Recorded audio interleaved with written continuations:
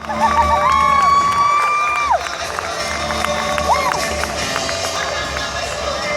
it going? Guys, if you see this guy up close, he hasn't aged a day. I feel like that. You're looking great, man. Absolutely great.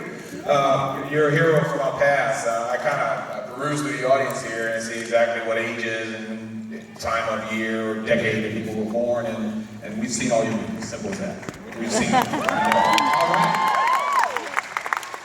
So let me ask you before we go ahead and open up the floor for questioning. What's going on right now in your life? What's happening? Right now, I just finished a couple of flicks, and I'm trying to develop a movie on Edgar Casey that I might make with John Sayles, the director, and a couple of different things. Yeah. So you're staying busy. Yeah, always. Yeah, and you're obviously in demand.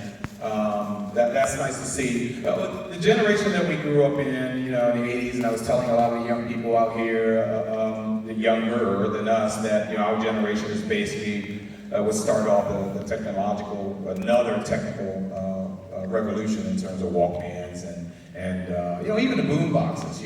That's even something that I think we walked around with. So I remember when I was a kid, we walked by a shop in Evanston, Illinois, and they said, "All right, Edison," and they said, "Oh man, there's a computer in there," and a big wall, and there was all these guys sitting around, and then there was a little screen, and they were playing Star Trek, and it was all in code. That was before payphones. That was before cell phones. You had to like call someone on a payphone. I remember you literally had to type in coordinates and all this kind of stuff. It was so stupid. Like there was one computer in town.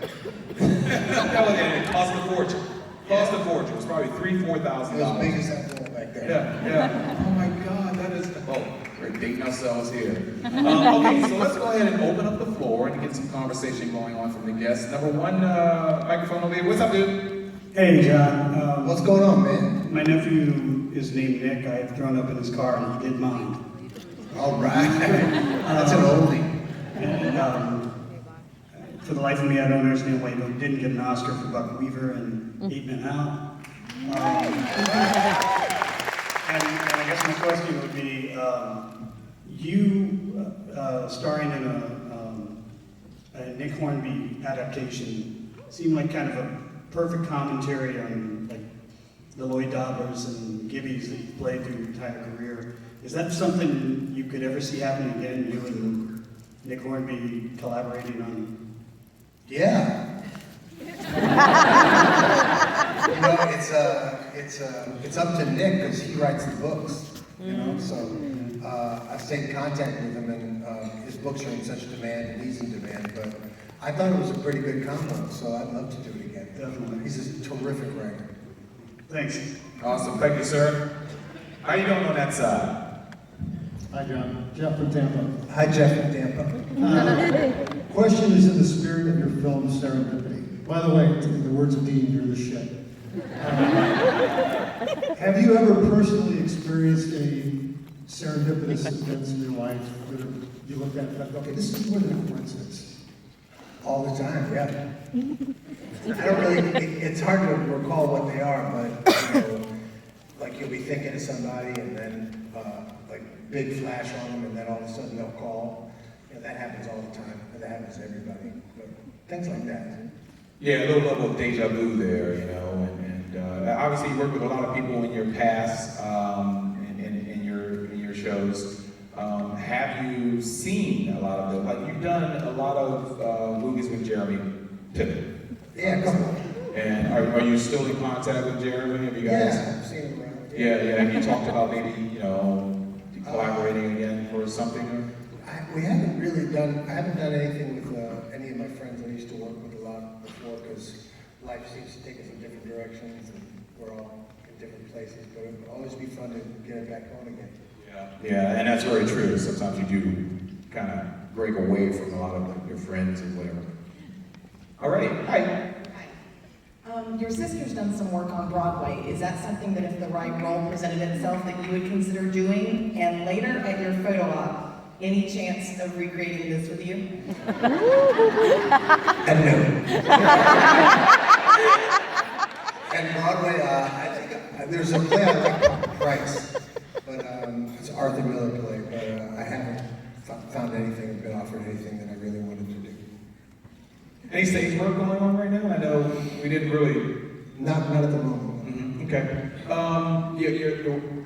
Your sister's wonderful. I can't wait to meet her next weekend. Yeah, she'll be In there. Dallas, yeah. Both you guys can be there together. So that would be. Is she as nutty in growing up? Let's go starting here. Has she always been? She's always been pretty eccentric.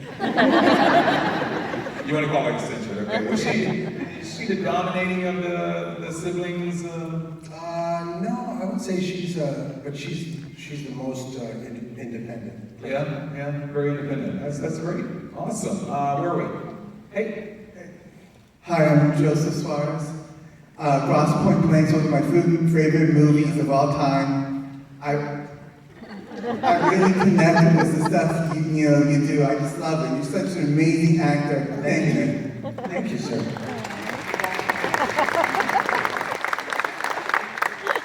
Oh, that wasn't a question. Okay. I get it. That's cool. We accept those two. Hi. Hello, John. I'm Cassandra. Very nice to meet you. How you doing, Cassandra? I wanted to tell you that your role that you played in Chirac, Father Mike Corrigan, was super awesome. It was the best scene in that movie. I was blown away by it, and I just wanted to tell you I highly enjoyed that.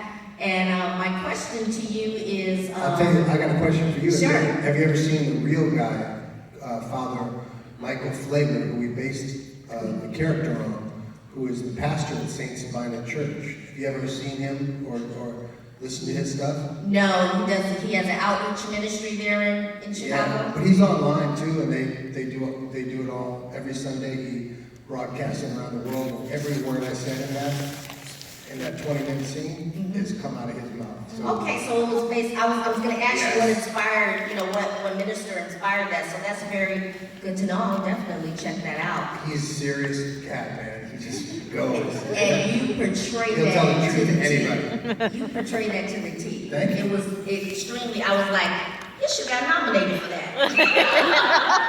Seriously. Okay? And my question is to you is that, when you're relaxing and, you got that awesome time to yourself, what kind of music do you like to put on to either mellow you out or get you in that nice, good feeling? You got a particular song that you may like to listen to? I like Solomon Burke, Marvin Gaye. Oh, yeah. I like some of the old soul. Sexual healing, yeah.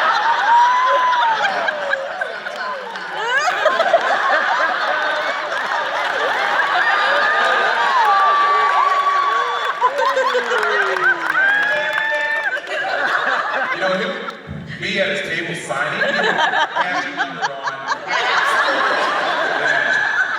Well, thank you for your time and thank you for joining us. All right, man. I've enjoyed, watching you. You're only 4 years older than me, and so I watch you. I tell my kids, check me out that John Cusack, and then I go down and list all the movies you've been in, and so. Security. All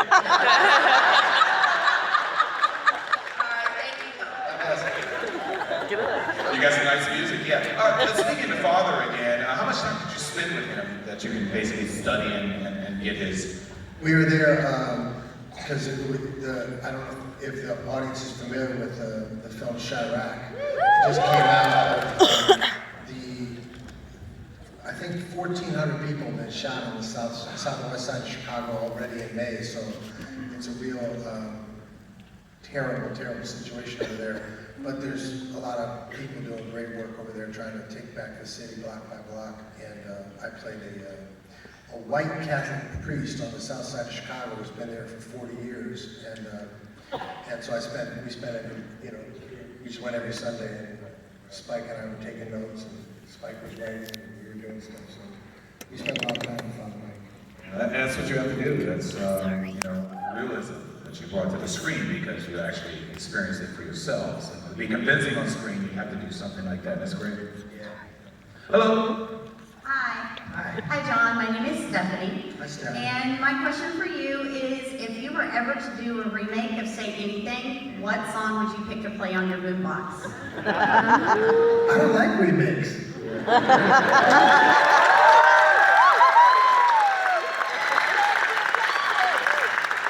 We already did it, why do it again? It was really awesome. Okay, so let me redirect that. If you were, let's say you got to pick another song that you would play on that Well, boombox. by the way, if they did a remake, it wouldn't be with me. Trust me. But so let's just go with, what is your very favorite song right now? It's strange, but I don't really have a favorite song. It depends on the mood, so it depends on what you want to get into, right? Right? You're just not going to give me an answer, are you? Give me like a group of music, I mean, it's too many to choose from. Well, my favorite would be 70s music, like Motown. Yeah, but that's not a song. You gave me a group. You gave me a big, huge. So what's your favorite song? Do you have a favorite song? My very favorite song.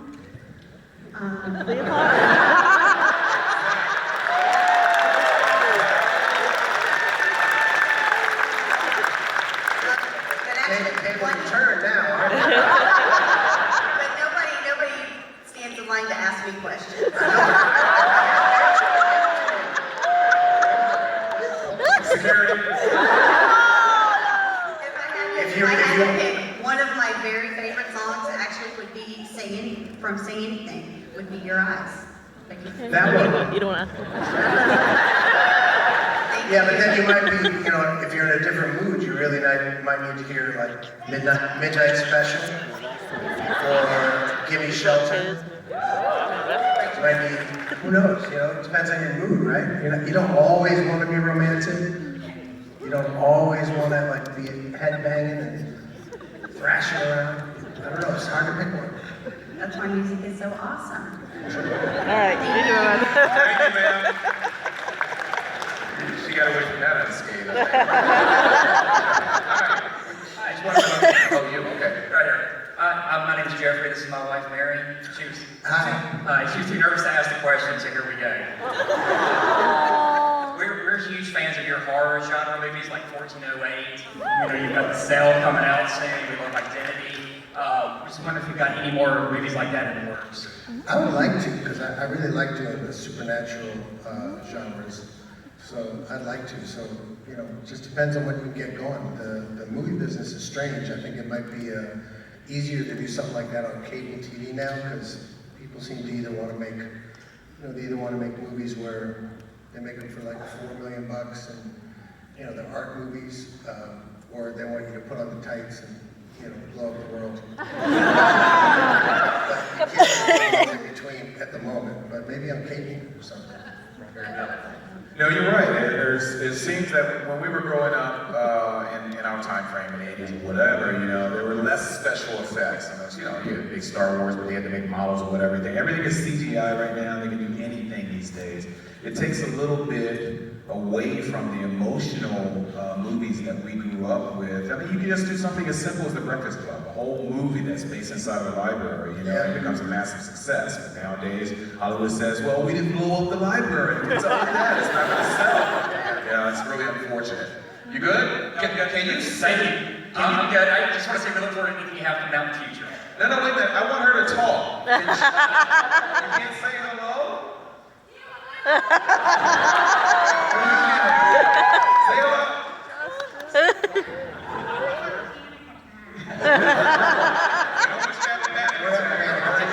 I want to call EMTs too, so. All right, this is so cute. How you doing? Mr. Cusack, it's an honor just to meet you. Just wanted to ask you, I'm a huge fan of con movies, and one of my favorites was The Grifters that you did back in 1990.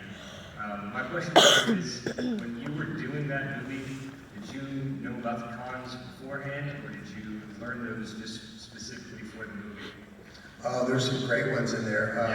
One of the, Ricky Jay was in the movie, who's the great magician and sleight of hand artist and writer, actor, and a lot of people. And there's a bunch of films that are wonderful, wonderful tradition of that. Even The Sting with Paul Newman and Robert Redford has a lot of that stuff. And we also based a lot of it on those great film noir films. Double Indemnity, those types of films, or Stanley Kubrick's The Killing.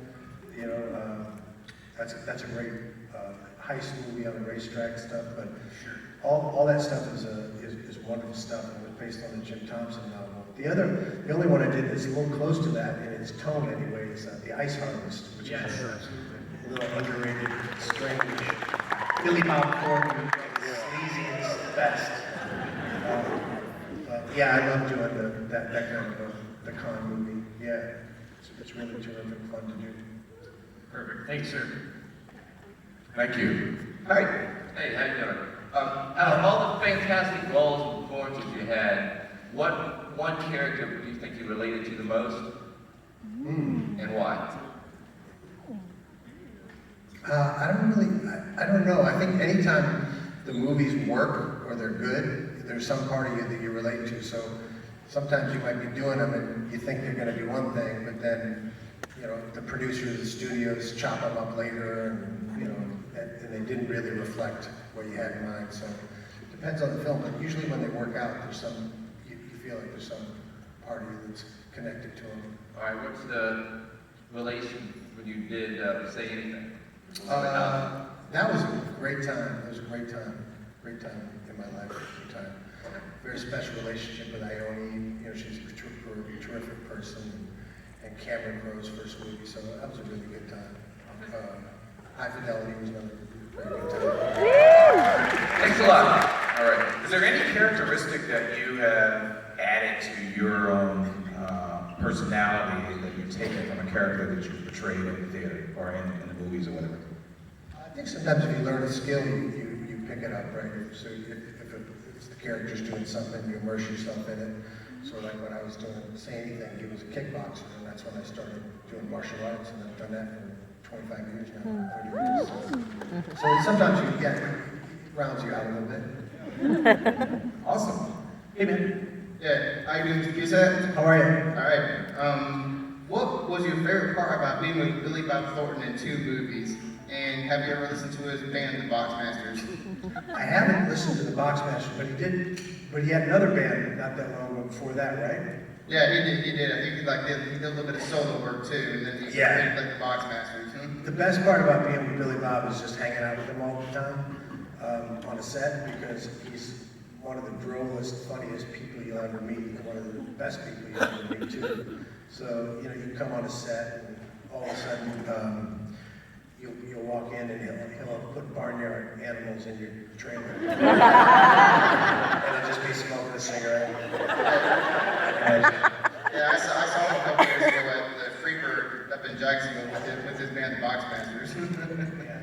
He's an awesome guy. Yes, sir. And it's awesome to have you, Mr. Cusack. But he seems like somebody that would get you in trouble at the bar. Well, he might get you out of trouble. I can see him doing that, huh? Break up a fight. Okay. Hi. Hi.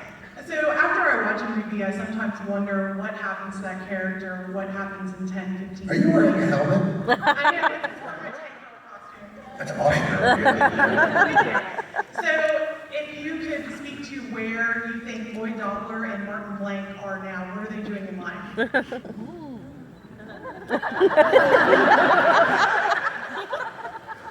It goes back to those remakes that you don't want to make. It's what happens as their life progresses. I agree. It would be a sequel. Now, I don't like remakes, but sequels I will accept. Sequel. Well, I think the Martin Blank character probably ended up in War Inc., which was sort of an unofficial sequel that we made for like a quarter of the money. Like deranged salmon swimming upstream. But I don't really know exactly where they'd all be. I sort of leave it to the imagination. It's a good place for it to go. Thanks. Thank you. Hey, we're looking good on questions. How you doing? I'm doing awesome. John Cusack, you're like by far one of the coolest people on the planet, probably. That's not true, but thank you. You're awesome, and I love your humor. Okay, and so I was going to ask you, what is one of the craziest things that a fan has ever like done or given to you or something like that? How many conventions have you done so far? I think this is my third. Your third. Although Okay. I think when you do the big press tours for the movies, It's different. it's different, Yeah, right? yeah, Because, yeah. this These is, are people with sincerely love. I know. So this is your third convention appearance. Have you, had a situation that seemed very unusual? Because there are a lot of actors that we deal with that are veterans, they're pros, they know what to see and what to deal with. Have you had something unusual that's... Well, when they give you the dolls and you haven't done a Marvel movie, I don't know if it's like a voodoo thing. Well, what did they give you? What kind of dolls are they actually... Well, the action figures, the action figures? Say anything dolls or some. There's say anything dolls out I there? don't know. They asked me to sign it, and then someone gave me one. And then Yeah. I said, I don't know what to do with that. So nothing that doesn't associate with you, they hand you to sign. Yeah. Yeah, just sign it. I signed it. Yeah. I don't know. But you haven't had any fan interaction? No, I'm trying to tell you. Not yet. Fans have done, but I can't really think of anything too bad. Well, you got off easy, so there you go, dude. Basically, he's unscathed, man. Let's keep it that way. You're wrapping in plastic. Have you ever tried this say anything loot box in real life? Like I got it like for anybody, and did you get lucky afterwards? You know what?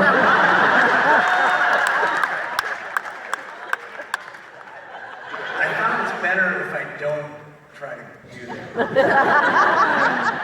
Because what would be charming would become so pathetic if I actually did that. But I did have a bunch of women want me to sign their breasts. I just didn't. Yes, there you go. Which That's... is a little bit strange because you think, where's that going to go? Where They don't care. You have been initiated, dude. It's like scratching the engine of a brand new car when someone throws their breast out at you and wants you to sign it. With a Welcome to shark. our world. I know. Yeah, welcome to our world. So that would probably be the strangest. You're awesome.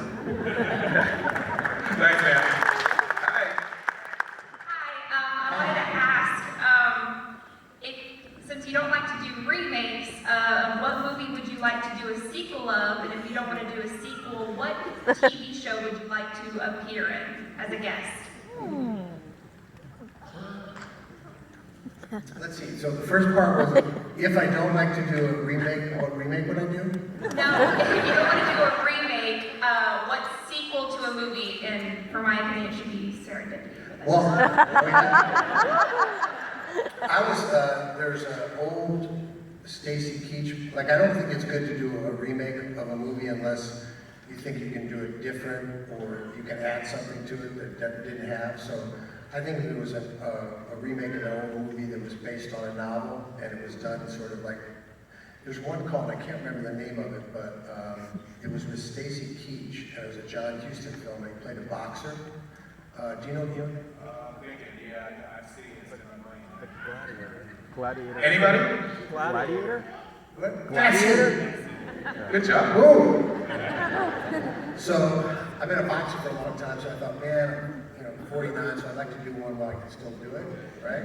So I thought if I could do Fat City, that would be pretty cool because it was sort of done in that sort of Technicolor 70s era where they started to make everything super bright and the cinematographers thought it would be cool, but it actually sort of looks dated now, but I thought that might be a good noir thing to do. And then sequels, you have to get the people back together and do it the right way. So if like Cameron Crowe wanted to do a sequel, or if I could do a sequel to one of my movies, I'd do it, but you want to do them well. Yeah, she also asked for a TV show, and I got Charlie Sheen is going through my brain like you wouldn't believe. So if he showed up as a guest star like Anger Management or his old show, then 3.5 Men, I can see him walking on. You see that? I would say, let's let's see, I really like Better Call Saul. I like everything that Vince Gilligan guy is up to. I think it's such interesting stuff he's doing. So any of those done, and I'm also like strangely a secret like zombie movie fan. So I could get, I could show up on Walking Dead. Get killed real quick.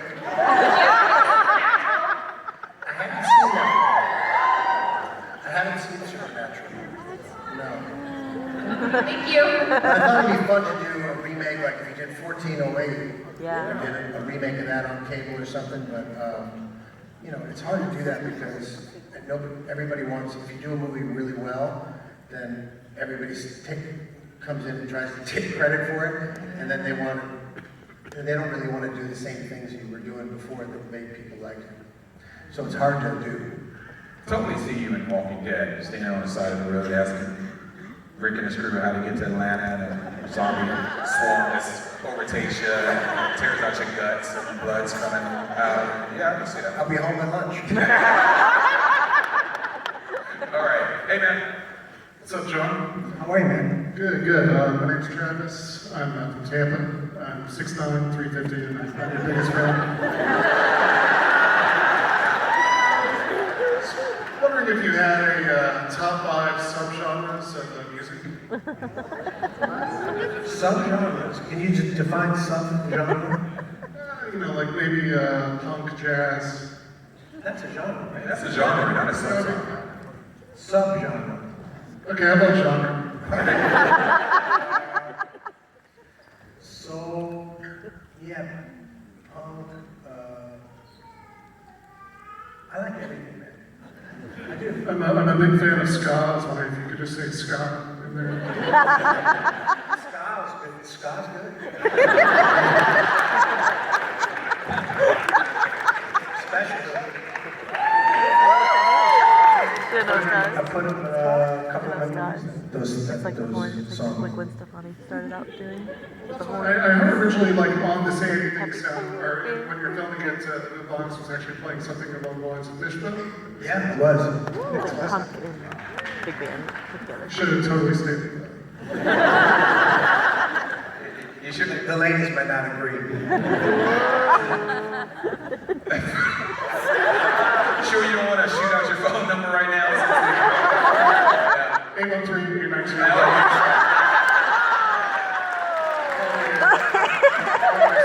Security should be already in the room right now. All right. Nice dude. Go away. All right. Hi. Hi. Nice to meet you. A lot of child actors have trouble transitioning into adult roles. What do you believe is the key to your transition and longevity as an actor?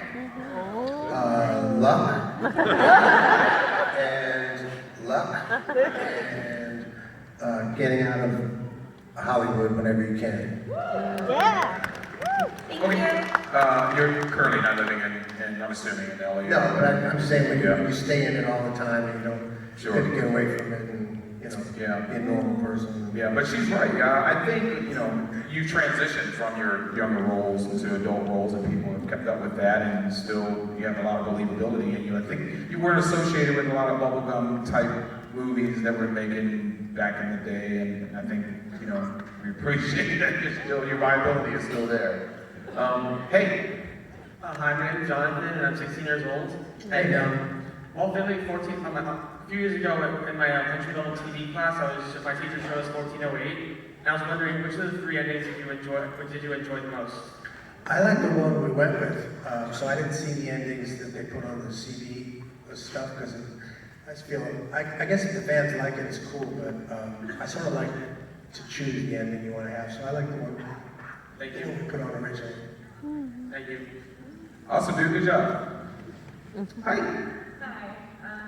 So stepping away from film and music-related questions, being that you, Mr. Cusack, are very political, who do you think should be president now? Other candidates that are actually running. Do I have to choose one of them?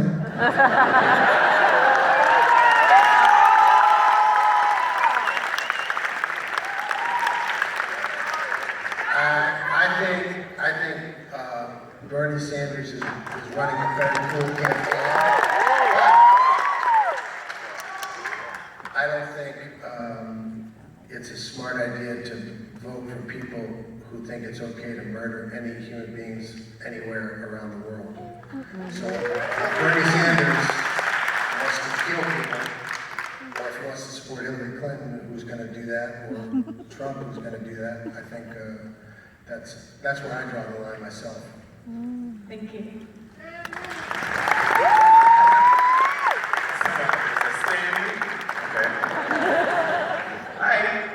I'm Maggie. I liked your movie, one of your newest movies, Hot Time Machine. I know we've watched the movie, obviously, a lot of people here have. The part where you guys were looking at yourselves in the mirror, I was wondering why they didn't show a picture of you because you're an 80s kid. So why didn't they show a picture of you when you were, they could probably have done CGI. Why didn't they show you as a younger kid? Well, we just sort of thought that we should choose an actor and let an actor do it rather than do it that way. Okay. Also, you weren't. Sorry, you were about to say something else? Thank you. I was curious, that's why. Yeah, because we had 4 actors who looked like the 4 idiots. You also weren't credited in that movie. I wasn't? Yeah. I think there was uncredited. Did you guys see his name in the credits? That was the second one. So yeah, and 2. That's what I'm saying. Yeah, I wasn't in that one. Next question. Hey, Mr. Cusack, quick question. What does your ideal 4th of July barbecue look like? Usually it has to do with, I'm at my sister's house and we get way too many fireworks and we usually blow up like a styrofoam chicken or try to get some explosives going. We try to blow some stuff up. All right. Hey, man. Hey, John. How's it going? Doing good. First of all, thank you for your time to be here. Thanks for having me. My question is, based off of your entire experience in Hollywood, films, the whole 9 yards, what is your number one recommendation for aspiring actors? I would say just to do it, like to do it wherever you can. So if you can do some theater, do it. Make your own movie, because you can make it now on an iPhone. I mean, you can shoot it anywhere. So just take action. Yeah, don't ask permission. Learn as you go. Make it up as you go along, and just do it. Because everyone says, "Well, I want to be an actor," and then they don't.